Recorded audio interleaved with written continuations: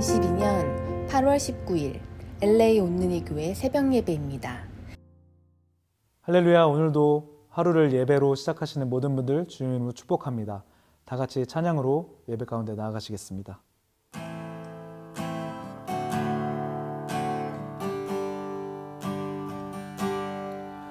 다 표현 못해도 나 표현하리라.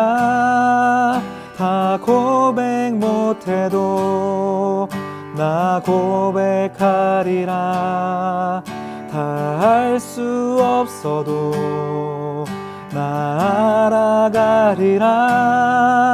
다 닮지 못해도 나 닮아가리라.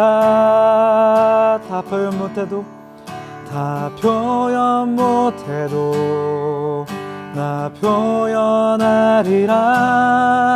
다 고백 못해도 나 고백하리라. 다 알 수 없어도 나 알아가리라. 다 닮지 못해도 나 닮아가리라.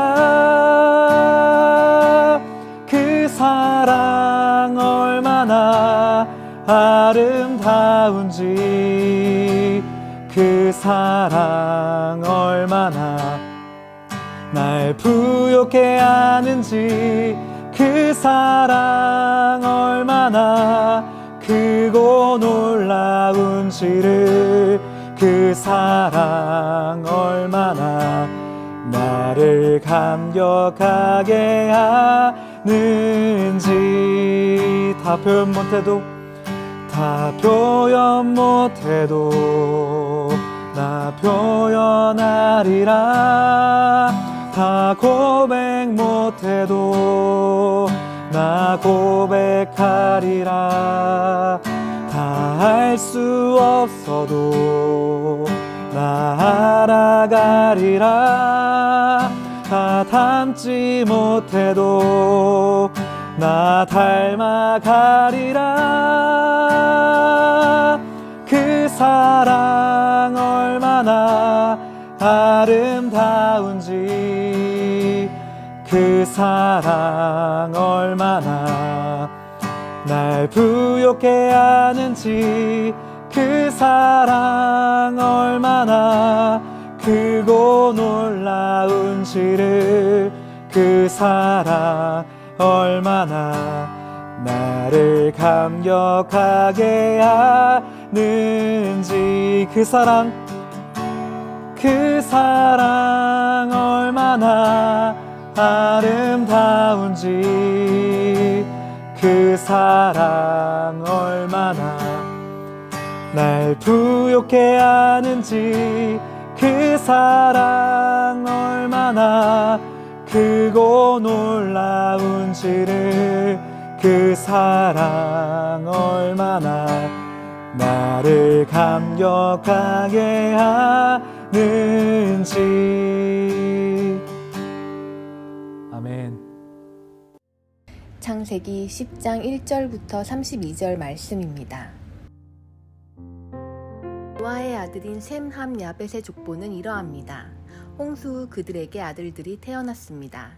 야벳의 아들은 고멜, 마곡, 마대, 야완, 두발, 메색, 디라스입니다. 고멜의 아들은 아스그나스, 리밧, 도갈마입니다. 야완의 아들은 엘리사, 달시스, 기띔, 도다님입니다. 이들에게서 해안 민족들이 여러 땅으로 퍼졌으며 각각의 언어와 족속을 따라 민족을 이뤘습니다. 함의 아들은 구스, 미스라임, 붓, 가나안입니다. 구스의 아들은 스바, 하윌라, 삽바, 라하마, 삽드가입입니다. 라하마의 아들은 스바와 드단입니다. 구스는 또 니므롯을 낳았는데 니므롯은 땅의 첫 용사였습니다. 그는 여호와 앞에서 강한 사냥꾼이었습니다. 니므롯처럼 여호와 앞에 강한 사냥꾼이라는 말도 이 때문에 생겨났습니다. 그의 나라의 시작은 시날 땅에 있는 바벨, 에렉, 아갓, 갈레였습니다. 니므롯은 이 땅에서 아시리아로 나가 니무에, 르호보딜, 갈라를 세웠고 니무에와 갈라 사이에 레센을 세웠는데 이것은 큰 성이었습니다. 미스라임은 루딤, 아나밈, 르하빔, 납두힘, 바드루심, 가슬루힘, 갑도림을 낳았는데 블레셋은 가슬루힘에게서 나왔습니다. 가나안은 맏아들 시돈과 헷을 낳고 여부스 족속, 아모리 족속, 기르가스 족속, 히위 족속, 알가 족속, 신 족속, 아르왓 족속, 스말 족속, 하맛 족속을 낳았습니다. 그 후 가나안의 족속들이 흩어져 나갔습니다. 가나안의 경계는 시돈에서 그랄 쪽으로 가사까지 그리고 소돔, 고모라, 아드마, 스보임과 라사까지였습니다. 이들은 함의 자손들로 종족과 언어에 따라 영토와 민족별로 갈라져 나갔습니다. 셈에게서도 자손이 태어났습니다. 그는 에벨 자손의 조상이었으며 야벳의 형이었습니다. 셈의 아들들은 엘람, 아스루, 아르박삿, 룻, 아람입니다. 아람의 아들들은 우스, 훌, 게델, 마스입니다. 아르박삿은 셀라를 낳았고 셀라는 에벨을 낳았습니다. 에벨에게서 두 아들이 태어났는데 하나의 이름은 벨렉이라고 했습니다. 그의 시대에 땅이 나누었기 때문입니다. 그의 동생 이름은 욕단이었습니다. 욕단은 알모단, 셀렛, 하살마웻, 예라, 하도람, 우살, 디글라, 오발, 아비마엘, 스바, 오빌, 하윌라, 요밥을 낳았습니다. 이들은 모두 욕단의 아들들입니다.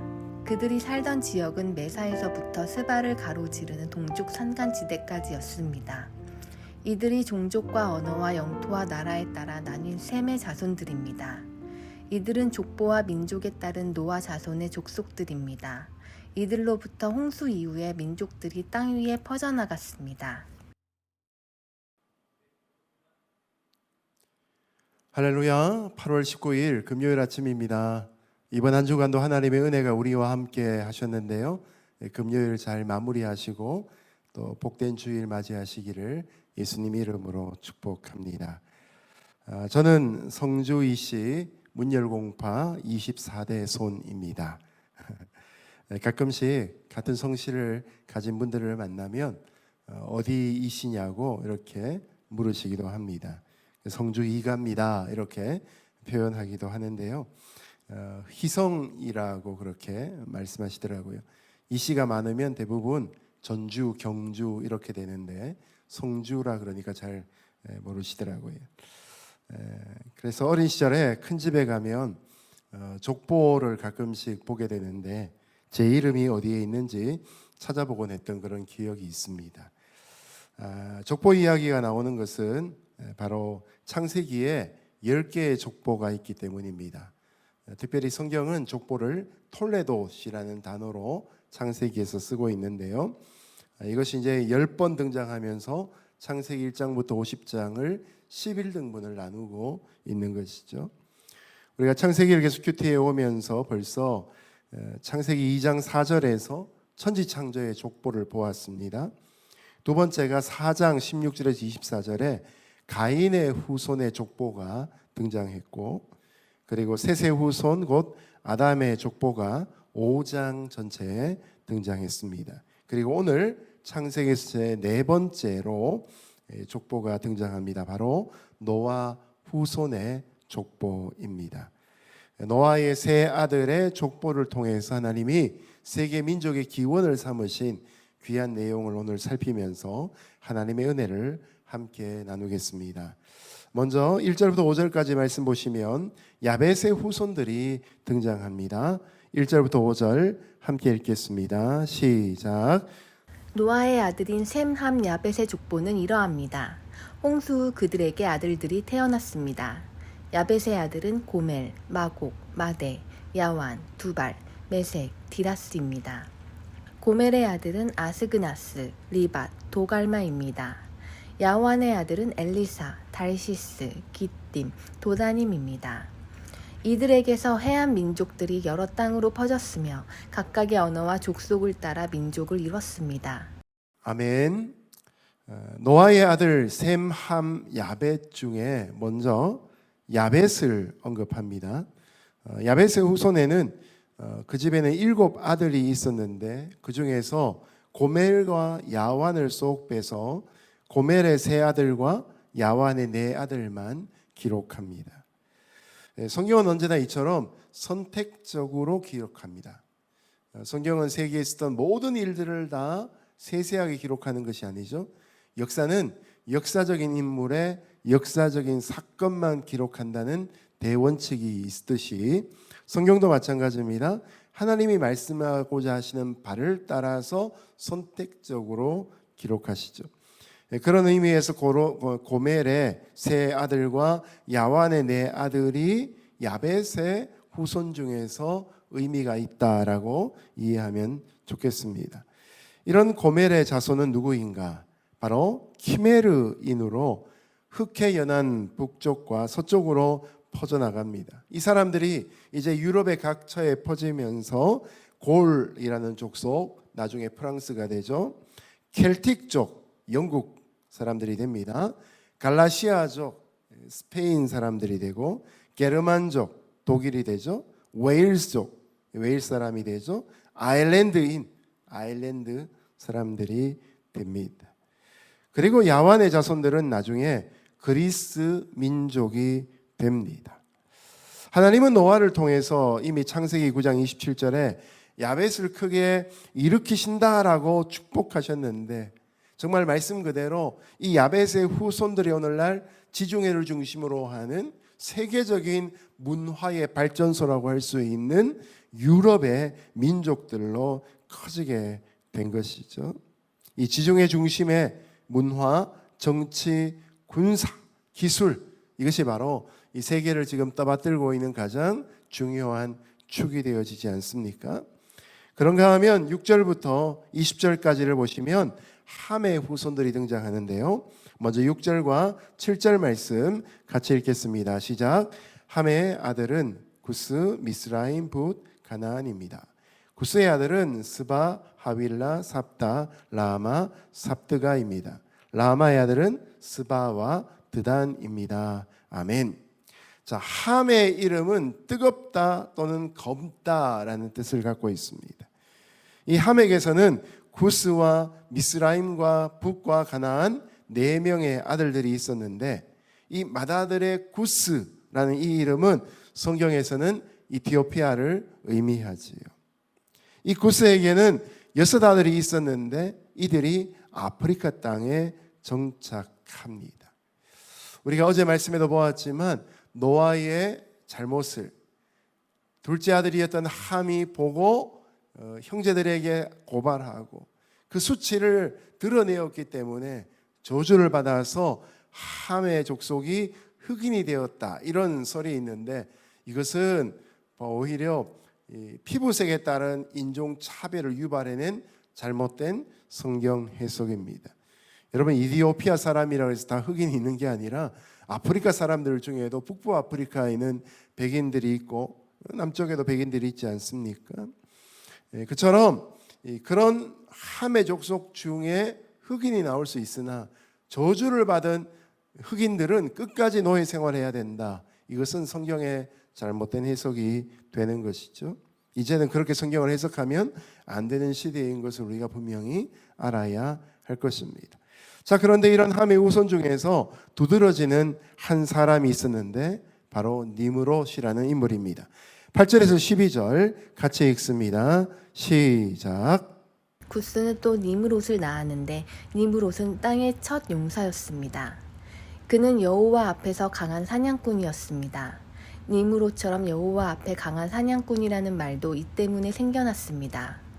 그의 나라의 시작은 시날 땅에 있는 바벨, 에렉, 아갓, 갈레였습니다. 니므롯은 이 땅에서 아시리아로 나가 니므에, 르호보딜, 갈라를 세웠고 니므에와 갈라 사이에 레센을 세웠는데 이것은 큰 성이었습니다. 아멘. 함의 후손 가운데서 주목할 사람은 니므롯입니다. 이 니므롯은 우리는 반역하리라 라는 뜻을 갖고 있습니다. 함이 아버지에게 가졌던 그 쓴뿌리가 결국 아들과 손자에게 전달되어지고 하나님에 대해서 가지고 있던 그 반역적인 기질이 결국 표출되어져 버리고 만 것입니다. 9절에서 보면 니므롯을 소개하면서 그는 여호와 앞에서 강한 사냥꾼이었다라고 하는 말이 나오는데, 여호와 앞에서란 말의 이 전치사는 여호와를 대적하여란 뜻을 갖고 있습니다. against라는 의미를 갖고 있는 것이죠. 더군다나 니므롯의 사냥의 대상은 짐승이 아니라 사람입니다. 여러분, 사람 사냥하는 사람들을 우리 노예 무역상이라고 말하지요. 이처럼 니므롯은 노예 무역을 통해서 포악한 전제군주가 되고 자신의 왕국을 만들어가기 시작했던 것이죠. 그의 영토는 신할 땅 바벨을 중심으로 확장이 되어지는데 11장에 나오는 이 바벨탑 사건의 주동자가 니므롯이 아니었을까 학자들이 추정합니다. 후에 그는 바벨론의 주요 신인 마르둑으로 신격화가 되어서 군사 독재뿐만 아니라 종교 독재까지 누리는 모습을 보여주고 있습니다. 바로 이 니므롯이 함의 후손 가운데 나오고 있다는 것이죠. 부모가 하나님을 향한 모습, 또 사람을 대하는 모습, 또 시간과 물질을 대하는 모습은 결국 자녀들에게 학습될 수밖에 없습니다. 가장 좋은 유산은 영적인 유산입니다. 어제 말씀 마지막에도 나눴던 것처럼 영적이며 지적이며 물질적인 세상 속에서 우리가 이 순서를 헷갈리지 않고 바르게 살아가는 삶을 보여줄 때 자녀들은 하나님으로 인해서 복을 받는 일이 일어나게 될 것이죠. 이어지는 13절에서 20절 계속해서 읽겠습니다. 시작. 미스라임은 루딤, 아나밈, 르하빔, 납두힘, 바드루심, 가슬루힘, 갑도림을 낳았는데 블레셋은 가슬루힘에게서 나왔습니다. 가나안은 맏아들 시돈과 헷을 낳고 여부스 족속, 아모리 족속, 기르가스 족속, 히위 족속, 알가 족속, 신 족속, 아르왓 족속, 스말 족속, 하맛 족속을 낳았습니다. 그 후 가나안의 족속들이 흩어져 나갔습니다. 가나안의 경계는 시돈에서 그랄 쪽으로 가사까지, 그리고 소돔, 고모라, 아드마, 스보임과 라사까지였습니다. 이들은 함의 자손들로 종족과 언어에 따라 영토와 민족별로 갈라져 나갔습니다. 아멘. 함의 둘째 아들인 미스라임은 나일강을 중심으로 고대 인류의 가장 발전된 문명인 이집트를 건설합니다. 이들은 하나님의 택한 이스라엘을 백성으로 삼아서 종을 만들고 400년 동안 괴롭히면서 살았지요. 이 미스라임의 7명 아들들 중에 6번째 아들이 가슬루힘인데, 이 가슬루힘에서 오늘날 팔레스타인의 조상인 블레셋이 나오게 됩니다. 그래서 이집트 그리고 블레셋, 이 두 나라가 바로 하나님의 백성, 택한 백성인 이스라엘을 옆구리의 가시처럼 꾸준하게 괴롭혔던 대표적인 두 이방 민족이 되지요. 또한 함의 넷째 아들인 가나안은 시돈과 헷을 비롯한 11명의 아들들을 낳는데 이들은 모두 하나님을 대적하는 족속들이 되어버리고 맙니다. 특별히 19절에 보면 소돔과 고모라라는 악명 높은 가나안 사람들의 대표 도시가 언급이 되고 있지요. 창세기 9장 25절에 가나안은 저주를 받아 그의 형제 종들의 종이 되기를 원하노라. 노아가 함의 그 불순한 모습으로 인해서 예언했던 내용들이 결국 나중에 모세가 창세기를 기록하는 그 당시 여호수아를 통해서 가나안 땅을 진멸하게 하는 그때에 성취되어지고 마는 이 슬픈 역사를 보게 되는 것이죠. 여러분, 역사는 또한 신앙은 언제나 씨 뿌리는 것과 같습니다. 저와 여러분이 좋은 씨앗을 좋은 마음밭에 뿌릴 수 있기를 예수님 이름으로 축복합니다. 21절에서 31절까지를 보시면 이제 셈의 후손들이 등장합니다. 같이 읽습니다. 시작. 셈에게서도 자손이 태어났습니다. 그는 에벨 자손의 조상이었으며 야벳의 형이었습니다. 셈의 아들들은 엘람, 아수르, 아르박삿, 룻, 아람입니다. 아람의 아들들은 우스, 훌, 게델, 마스입니다. 아르박삿은 셀라를 낳았고 셀라는 알벨을 낳았습니다. 에벨에게서 두 아들이 태어났는데 하나의 이름은 벨렉이라고 했습니다. 그의 시대에 땅이 나누었기 때문입니다. 그의 동생 이름은 욕단이었습니다. 욕단은 알모단, 셀렙, 하살마웻, 예라, 하도람, 우살, 디글라, 오발, 아비마엘, 스바, 오빌, 하윌라, 요밥을 낳았습니다. 이들은 모두 욕단의 아들들입니다. 그들이 살던 지역은 메사에서부터 스바를 가로지르는 동쪽 산간지대까지였습니다. 이들이 종족과 언어와 영토와 나라에 따라 나뉜 셈의 자손들입니다. 아멘. 마지막으로 셈의 후손에 대한 족보가 나옵니다. 이것은 5명의 아들들로 시작을 합니다. 이 셈의 후손들은 페르시아만의 동북 지방과 아시리아, 수리아, 유프라테스강, 서남아시아 지방에 자리를 잡게 됩니다. 자, 그런데 이 족보는 셈의 증손자인 에벨이라는 인물에게 초점을 맞추고 있습니다. 이 에벨이란 뜻이 건너온 자란 뜻인데요. 에벨에서 이브리가 나오고 이브리가 또한 히브리가 되어집니다. 바로 히브리란 민족이 이 이름에서부터 파생이 되는 것이죠. 그러니 이 셈을 에벨 곧 이스라엘의 조상이다라고 기록한 것은 하나님을 언약을 지키는 셈의 혈통이 아브라함으로부터 이어지는 것을 나타내주고 있는 것이죠. 노아의 맏아들이었던 셈에게 노아가 어떤 예언을 했습니까? 9장 26절에 보면 셈의 하나님 여호와를 찬송하리니 라고 말합니다. 셈의 하나님, 셈이 섬기는 하나님, 셈을 통해 역사하신 하나님, 셈을 통해 여자의 후손을 보내실 그 하나님, 이런 모든 내용들이 여기에 담겨져 있는 것이죠. 결국 세상을 구원할 여자의 후손 곧 그리스도가 셈 족속에게서부터 태어날 것을 예언하는 말씀입니다.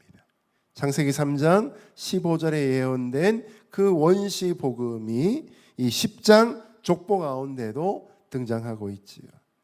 이 족보하면 결국은 그리스도 예수의 족보로까지 이어지게 되는 것을 또한 구약에서도 발견하게 됩니다. 이 하나님의 구속사의 족보가 아담을 통해서 셋으로 이어지고 이제는 노아를 통해서 노아의 세 아들 중에 셈의 가문에게서 꽃을 피우고 있는 것을 바라보게 되는 것이죠. 바라기는 저와 여러분 모두가 이 믿음의 족보가 되는 셈의 후손의 족보 가운데 머물러 수 있기를 예수님 이름으로 축복합니다. 오늘 말씀의 마지막 구절 32절 같이 읽습니다. 시작. 이들은 족보와 민족에 따른 노아 자손의 족속들입니다. 이들로부터 홍수 이후에 민족들이 땅 위에 퍼져 나갔습니다. 아멘. 자, 하나님은 노아에게 주신 축복대로 그 후손들을 번창하게 하십니다. 야벳의 계열은 14명, 함의 계열은 30명, 그리고 셈의 계열은 26명, 도합 70명이 나옵니다. 이 70이라는 숫자는 7 곱하기 10, 이 숫자 중에서 완전수에 해당하는 7 곱하기 10을 곱한 70명의 의미를 갖고 있습니다. 노아와 세 아들을 포함한 8명의 식구가 방주가 땅에 정착하고 난 다음에 이제 70명으로 늘어나고 70 가문이 되고 이것이 민족과 국가로 흩어지게 되는 역사를 보여주고 있는 것이죠. 이 마지막 구절을 마무리하면서 우리 몇 가지 메시지를 오늘 본문 전체에서 생각할 수 있습니다. 첫 번째 메시지는 이것입니다. 바로 이 족보의 셈, 함, 야벳의 순서로 족보가 나온 것이 아니라 이 출생의 순서와 완전히 뒤바뀌는 야벳의 족보가 제일 먼저 등장했다는 것이죠. 여러분, 야벳은 그저 별다를 것이 없는 평범한 인물입니다. 아마 이 땅을 살아가는 70억 인구의 대부분이 되는 69억 9천 명 정도의 사람들이 아마 여기 야벳에 해당하는 인생이 될 것입니다. 그런데 이런 평범한 사람들에게 하나님이 번성과 충만의 복을 주고 계신다는 것이죠. 이런 일을 통해 하나님께 사람들을 온 땅에 가득하게 하시는 것이죠. 하나님의 번성과 축복은 특권을 가진 몇 사람에게만 제한되는 것이 아니라 보편적인 은혜이다라는 사실을 우리에게 알려주고 계신 것입니다. 두 번째는 함의 자손의 족보가 주는 메시지입니다. 자, 이들은 하나님의 은혜와 자비를 망각한 사람들이지요. 하나님의 자리에 앉아서 주인처럼 살아가고 싶어하는 마음을 폭로한 사람들입니다. 여러분, 이런 함의 자손 같은 사람들이 늘어나면 이 땅에 인류의 죄악이 커지고 폭력의 지수가 커질 수밖에 없습니다. 세상의 역사가 더욱더 피비린내 날 수밖에 없는 것이죠. 우리가 이 세상을 보면서 안타까워하는 것은 이런 함의 자손의 부류가 점점 많아지고 있다는 사실입니다. 조금은 절망스러울 수 있는데요. 그러나 족보가 끝나지 않았죠. 세 번째, 족보를 통해 주는 메시지가 무엇입니까? 마지막에는 셈의 후손이 나오고 있다는 사실입니다. 이 함의 자손이 세상을 정복하도록 하나님은 버려두지 아니하시고 셈의 후손을 예비시켜 놓으셨다는 것이죠.